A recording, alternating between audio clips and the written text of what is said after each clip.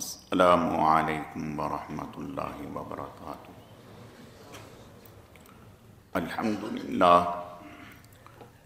للہ نحمده ونستعینه ونستغفره ونؤمن به ونتوکل علیہ ونعوذ باللہ من شرور انفسنا ومن سیئات اعمالنا من يهده الله فلا مضل له ومن يضلله فلا هادي له ونشهد أن لا إله إلا الله وحده لا شريك له ولا نظير له ولا مثل له ولا مثال له ونشهد أن سيدنا وسندنا وشفيعنا ومرشدنا ومولانا وملجانا محمد وبارك وسلم وصل عليه۔ اعوذ باللہ من الشیطان الرجیم، بسم اللہ الرحمن الرحیم۔ والسابقون الاولون من المہاجرین والانصار والذین اتبعوهم بإحسان رضی اللہ عنہم ورضوا عنہ۔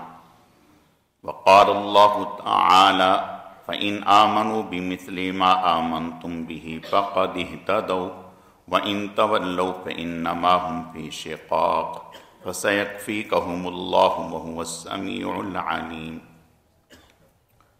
صدق اللہ مولانا العظیم وبلغنا رسولہ النبی الکریم ونحن على ذلك لمن الشاہدین والشاکرین والحمد للہ رب العالمین۔ یا رب صلی وسلم دائما ابدا علی حبیبک خیر الخلق کلہم۔ گرامی قدر معزز حاضرین، میرے واجب الاحترام بزرگوں اور عزیز نوجوان ساتھیوں، میں نے آپ کے سامنے قرآن مجید فرقان حمید میں سے دو مقامات سے 2-3 آیت کریمہ تلاوت کی ہیں۔ رب ذوالجلال سے دعا ہے کہ وہ ذات بزرگ و برتر مجھے اس کی روشنی میں صحیح کہنے کی، سمجھانے کی توفیق عطا فرمائے۔ پھر اللہ رب العزت کی ذات اس مختصر وقت میں جو کچھ کہا سنا جائے، اس کہنے سننے کو محض اپنی رضا کے لیے اپنی بارگاہ میں قبول و منظور فرمائے، ہم سب کی نجات اور ہدایت کا، مغفرت کا ذریعہ اور سبب بنائے۔ اس مہینے کی مناسبت سے حضرت ابوبکر صدیق رضی اللہ تعالیٰ عنہ کی عظمت اور منقبت، یہ عنوان ہے، اسی سے متعلق چند باتیں عرض کرنی ہیں۔ اللہ رب العزت صحیح کہنے کی، سمجھانے کی، سمجھنے کی، عمل کرنے کی توفیق عطا فرمائے۔ سیدنا صدیق اکبر رضی اللہ تعالیٰ عنہ کے حالات میں ہمارے لیے کیا نصیحت ہے، ہمارے لیے کیا تعلیم ہے، یہ بھی انشاءاللہ عرض کریں گے۔ اللہ رب العزت قبول فرما لے۔ سیدنا صدیق اکبر رضی اللہ تعالیٰ عنہ امت کا اس بات پر اتفاق ہے کہ افضل البشر بعد الانبیاء، نبیوں کے بعد اللہ پاک نے سیدنا صدیق اکبر رضی اللہ تعالیٰ عنہ کو مقام عطا کیا ہے۔ سیدنا صدیق اکبر رضی اللہ تعالیٰ عنہ والدین کے اکلوتے بیٹے تھے اور مالدار تھے۔ آپ صلی اللہ علیہ وسلم سے 2-2.25 سال چھوٹے تھے۔ آپ صلی اللہ علیہ وسلم سیدنا صدیق اکبر رضی اللہ تعالیٰ عنہ سے 2.25 سال بڑے تھے۔ سیدنا صدیق اکبر رضی اللہ تعالیٰ عنہ کا آپ صلی اللہ علیہ وسلم سے تعلق اور ربط، دوستی، آنا جانا اسلام سے پہلے بھی جناب رسول اللہ صلی اللہ علیہ وسلم سے تھا۔ اور پھر سیدنا صدیق اکبر رضی اللہ تعالیٰ عنہ ذی وجاہت بھی تھے، تعلیم یافتہ بھی تھے، سخی بھی تھے، پارسا اور پاکیزہ بھی تھے۔ نہ تو پوری زندگی کبھی شراب زبان پر لا کر کے دیکھی، جبکہ اس زمانے میں ان حالات میں شراب عام تھی، یعنی اس کو کوئی برا نہیں جانا جاتا تھا، سبھی لوگ پیتے تھے۔ لیکن سیدنا صدیق اکبر رضی اللہ تعالیٰ عنہ اسلام سے پہلے بھی کبھی شراب کے قریب نہیں گئے۔ پھر اس زمانے میں بت پرستی عام تھی، بلکہ آپ حیران ہوں گے کہ سیدنا صدیق اکبر رضی اللہ تعالیٰ عنہ کے والد عثمان بن عامر، جو ابو قحافہ کی کنیت سے معروف تھے، شادی کے بعد ان کے ہاں اولاد نہیں ہوئی، کافی وقت گزر گیا تو سیدنا صدیق اکبر رضی اللہ تعالیٰ عنہ کی والدہ وہ بیت اللہ کا طواف بھی کیا اور بتوں کے سامنے نیاز بھی اور بتوں سے مانگا بھی، چونکہ اسلام کا زمانہ تو تھا ہی نہیں۔ تو اس کی ضمن میں منتیں مانگیں، اللہ نے حضرت ابو بکر صدیق رضی اللہ تعالیٰ عنہ کی اولاد والی نعمت سے نوازا۔ تو جب یہ بیٹا ہوا تو اس خیال سے کہ عزا بڑا بت تھا، بیت اللہ میں عزا بڑا بت تھا، تو اپنے بیٹے کا نام عبد العزا کر کے رکھا، عبد العزا کر کے رکھا، ایک روایت یہ ہے۔ پھر آپ صلی اللہ علیہ وسلم نے سب سے پہلے جس شخصیت کا نام بدلا وہ حضرت ابو بکر صدیق رضی اللہ تعالیٰ عنہ ہیں کہ آپ نے ان کا نام عبد العزا کی بجائے عبداللہ رکھا۔ اور ایک روایت میں یہ ہے کہ شروع سے ہی عبداللہ نام تھا۔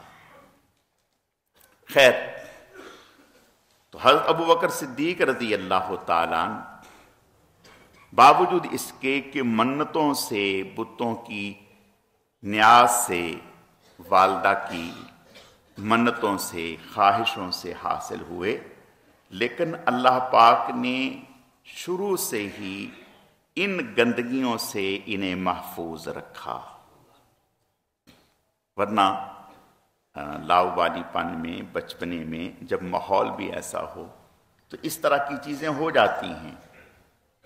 تو پوری زندگی نہ کبھی کسی بت کے سامنے جھکے، نہ سجدہ کیا، نہ جھوٹ بولا، اور نہ شراب پی، نہ بدکاری کی، جبکہ ان حالات میں اور ان لمحات میں اور ان اوقات میں یہ چیزیں کوئی معیوب نہیں گنی جاتی تھی۔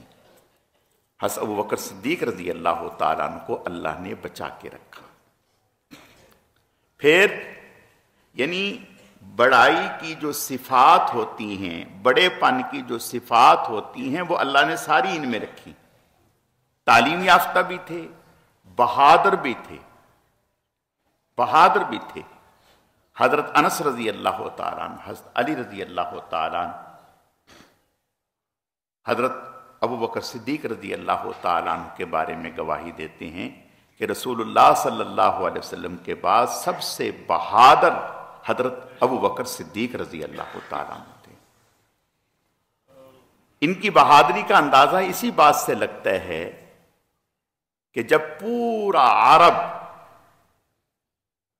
یعنی عرب قبائل ایک طرف ہو گئے، اسلام سے منحرف ہو گئے، اور مسلمانوں کے سامنے کئی سارے محاذ ہیں، اس موقع پر عمر بن خطاب رضی اللہ تعالیٰ عنہ جیسی شخصیت جو بہت ہی جلیل القدر اور بڑے روب اور دبدبے والے، وہ تک یہ کہنے لگے حضرت ابو بکر صدیق رضی اللہ تعالیٰ عنہ سے کہ ابو بکر نرمی کرو، نرمی کرو، جو منکرین زکوٰۃ ہیں ان کو چھوڑ دو، ان کو چھوڑ دو، اس لیے کہ اس وقت حالات ایسے نہیں، کس کس محاذ پر ہم جو ہیں سر دیں گے، کس کس محاذ پر ہم لڑیں گے۔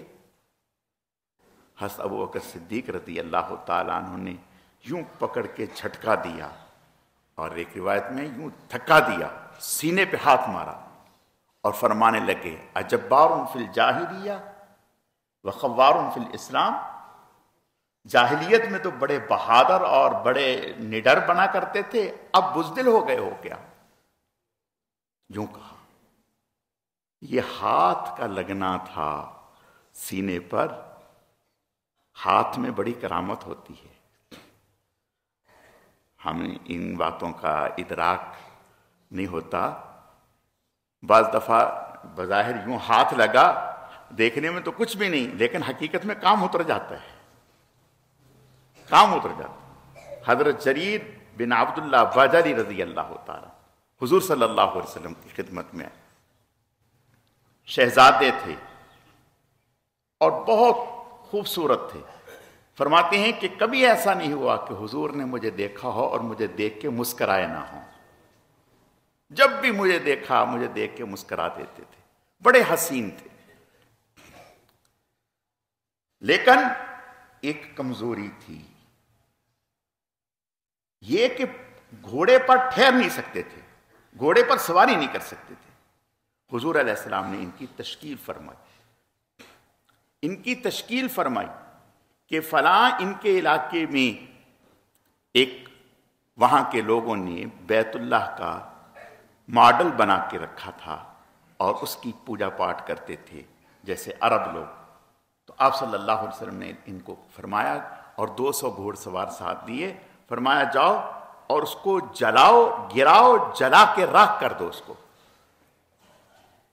یہ کہنے لگے یا رسول اللہ میں آپ کے ہر حکم پر سر تسلیم خم ہوں، میرے ماں باپ آپ پر قربان، لیکن یا رسول اللہ میں گھوڑے پر بیٹھ نہیں سکتا، میں سواری نہیں ہو سکتا، میں گر جاتا ہوں، مجھ سے گھوڑے پر میں ٹکتا نہیں۔ اللہ اکبر، یوں ہاتھ مارا آپ صلی اللہ علیہ وسلم نے ان کے سینے پر، یوں ہاتھ مارا۔ جریر بن عبداللہ باجلی رضی اللہ تعالیٰ فرماتے ہیں کہ آپ کا ہاتھ میرے سینے پر چھپ گیا۔ ایک تو حضرت جریر ویسے خوبصورت تھے، گورا چٹا رنگ تھا، اور آپ صلی اللہ علیہ وسلم نے یوں ہاتھ مارا تو کہتے ہیں کہ آپ کا ہاتھ کے نشان میرے سینے پر پڑ گئے، لیکن ہاتھ کیا لگا، ایسا بہادر، اور پھر کہنے لگے پھر کبھی ایسا لمحہ نہیں آیا کہ میں گھوڑے سے ادھر ادھر ہوں، پھر ایسا اللہ نے مجھے گھوڑے پر ٹکا دیا کہ پھر کبھی کوئی لمحہ نہیں آیا۔ تو میں کہہ رہا ہوں کہ کبھی ہاتھ میں بھی اللہ نے برکات رکھی، ہمیں سمجھ میں نہ آئے تو نہ آئے، لیکن صحابہ کو یہ بات سمجھ میں آتی تھی۔ حضرت جابر بن عبداللہ رضی اللہ تعالیٰ عنہ کا اونٹ رک گیا، اونٹ رک گیا، تو آپ صلی اللہ علیہ وسلم چلتے چلتے تشریف لائے، فرمایا جابر جی یا رسول اللہ، فرمایا کیا ہوا یا رسول اللہ میرا اونٹ رک گیا، چل نہیں رہا۔ آپ نے فرمایا اچھا، آپ پیچھے ہوئے، ہلکا سا چھڑی تھی آپ کے ہاتھ میں، یوں چھڑی، ہلکی سی چھڑی لگائی، یوں یوں کیا، اللہ اکبر۔ حضرت جابر فرماتے ہیں کہ پھر میرا گھوڑا تو ہوا ہو گیا، پھر سب سے آگے، اور حضور بھی میرے ساتھ ساتھ۔ آپ نے فرمایا سناؤ اپنے گھوڑے کی خبر، سناؤ اونٹ کی خبر سناؤ۔ کہنے لگے حدیث کے الفاظ ہیں بخاری، اصابہ کا برکت کا یا رسول اللہ، آپ کی برکت اسے پہنچ گئی یا رسول اللہ، آپ کی برکت پہنچ گئی یا رسول اللہ، ورنہ تو یہ نہیں چل رہا تھا، آپ کی برکت نے اسے ہوا بنا دیا۔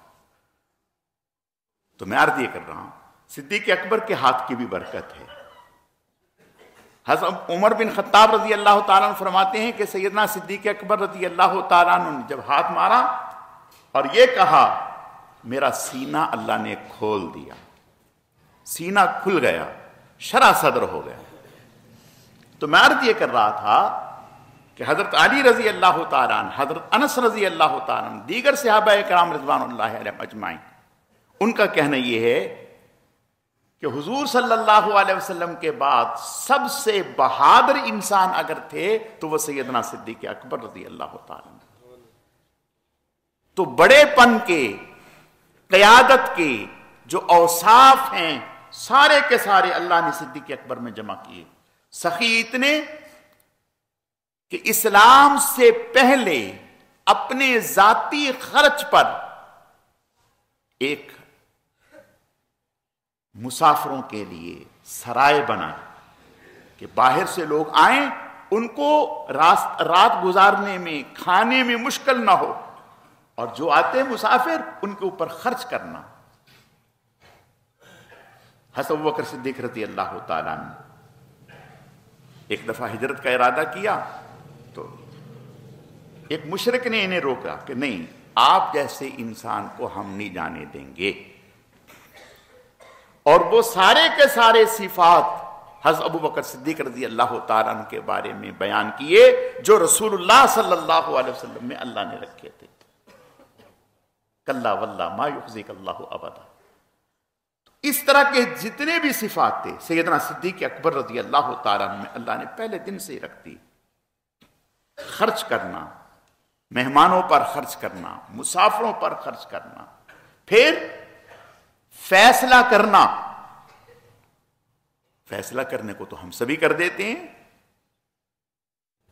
فیصلہ کرنا کیا مشکل لگتا ہے، لیکن ایسا فیصلہ کرنا کہ جس پر فریقین مطمئن ہوں، خوش ہوں، کوئی فریق جو ہے وہ یہ نہ سمجھے کہ میرے ساتھ زیادتی ہوئی.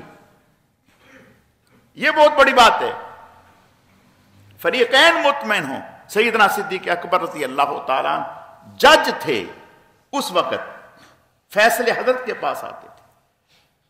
پھر نسب، فلاں کا فلاں سے نسب جتنا ہے حضرت ابوبکر صدیق رضی اللہ تعالیٰ عنہ سے زیادہ کوئی نہیں جانتا تھا. حضرت حسان بن ثابت رضی اللہ تعالیٰ عنہ نے حضور صلی اللہ علیہ وسلم کی شان میں اشعار کہنے چاہے. آپ نے فرمایا حسان ٹھہر گئے.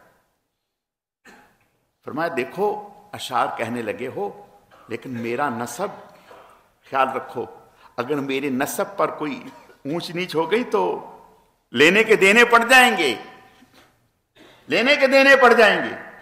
اور کیا فرمایا؟ فرمایا اس حوالے سے صدیق اکبر سے رہنمائی حاصل کرو، صدیق اکبر سے رہنمائی حاصل کرو. اور علم تعبیر، علم رویا، خواب کی تعبیر کا سب سے زیادہ حضور کے بعد علم رکھنے والے سیدنا صدیق اکبر رضی اللہ تعالیٰ عنہ. یعنی جملہ صفات، صلاحیتیں، خرچ کرنا، صداقت، سچائی.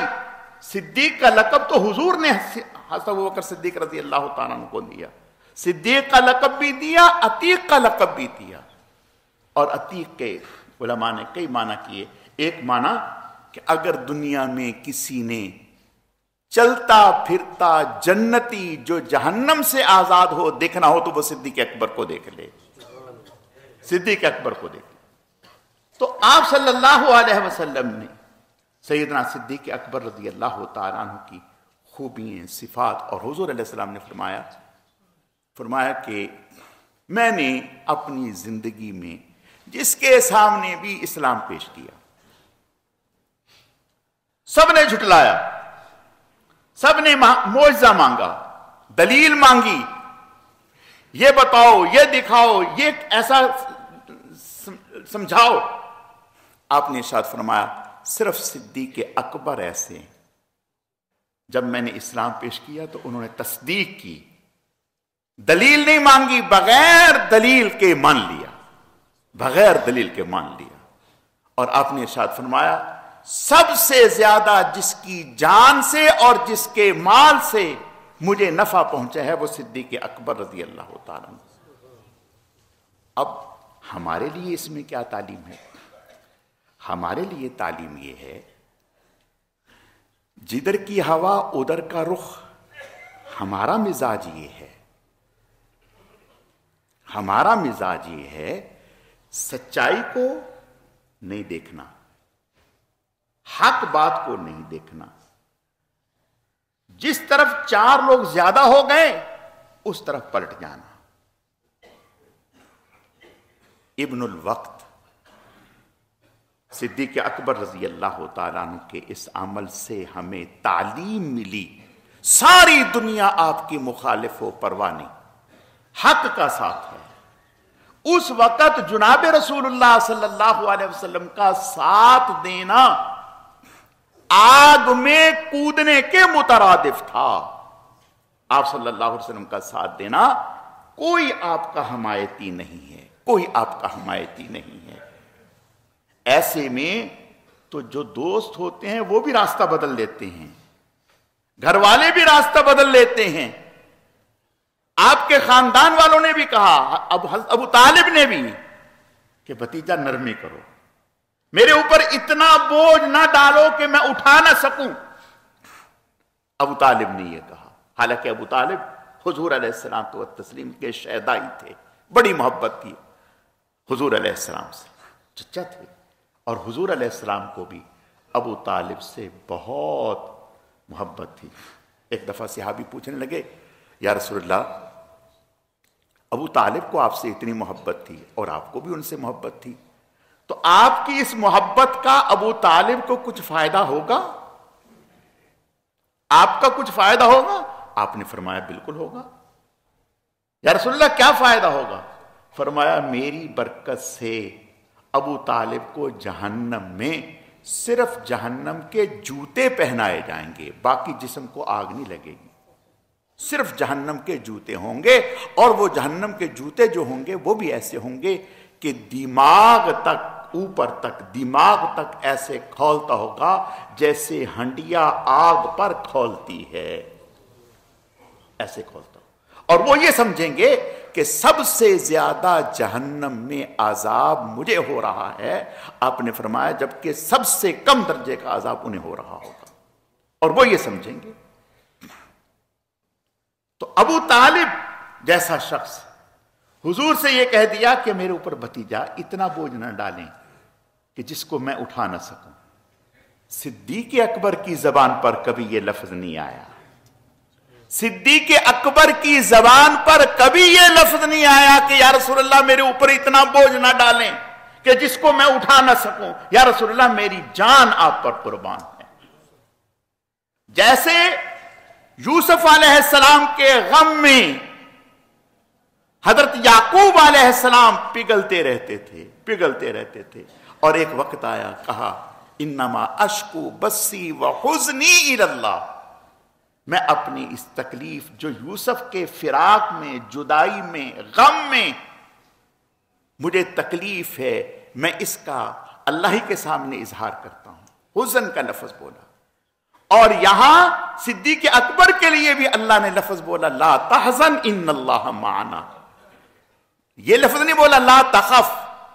تخف کا استعمال عربی میں اپنی ذات کے لیے ہوتا ہے، حزن کا استعمال دوسرے کے لیے ہوتا ہے کہ دوسرے کے غم میں پگھلنا، دوسرے کے غم میں پریشان ہونا، دوسرے کے غم میں رونا۔ تو صدیق اکبر کے لیے اللہ نے فرمایا لا تحزن ان اللہ معنا، آپ غم نہ کریں۔ یہ نہیں کہا لا تخف، ڈرے نہیں، کافروں سے ڈرے نہیں، یہ نہیں فرمایا لا تحزن۔ گویا صدیق اکبر رضی اللہ تعالیٰ عنہ کو غار میں بھی اگر فکر ہے تو اپنی جان کی نہیں، اس لیے کہ جب حضور کے ہاتھوں میں ہاتھ دیے تھے تو موت و حیات کے فاصلے طے کر کے ہاتھ دیے تھے۔ یہ پہلے دن سے سودا کر لیا تھا کہ جن کے ہاتھوں میں ہاتھ دے رہا ہوں یہاں جان کا سودا ہے۔ نحن الذین بایعوا محمدا علی الجہاد ما بقینا ابدا، نحن الذین بایعوا محمدا علی الموت ما بقینا ابدا۔ یا رسول اللہ ہم نے آپ کے ہاتھوں میں ہاتھ ایسے نہیں دیے، ہم نے موت تک کے لیے بیعت کر لی ہے، جب تک جسم میں خون کا آخری قطرہ ہے پیچھے نہیں ہٹیں گے۔ یہ صدیق اکبر ہیں۔ ہمارے لیے تعلیم یہ ہے، صدیق اکبر رضی اللہ تعالیٰ عنہ جیسے تن من دھن سے حضور کے عاشق صادق تھے، اپنا سب کچھ حضور پر لگایا، زمانے کی دنیا کی پرواہ نہیں کی، حق کا ساتھ دیا۔ اور پھر ہوا کے رخ پہ دیا جلانا، جلا کے رکھنا کمال یہ ہے۔ ہوا کے رخ پہ دیا جلانا، جلا کے رکھنا کمال یہ ہے۔ دیا جلانا کمال نہیں ہے، پھر جلا کے رکھنا، ہمیشہ رکھنا کمال اس کا نام ہے۔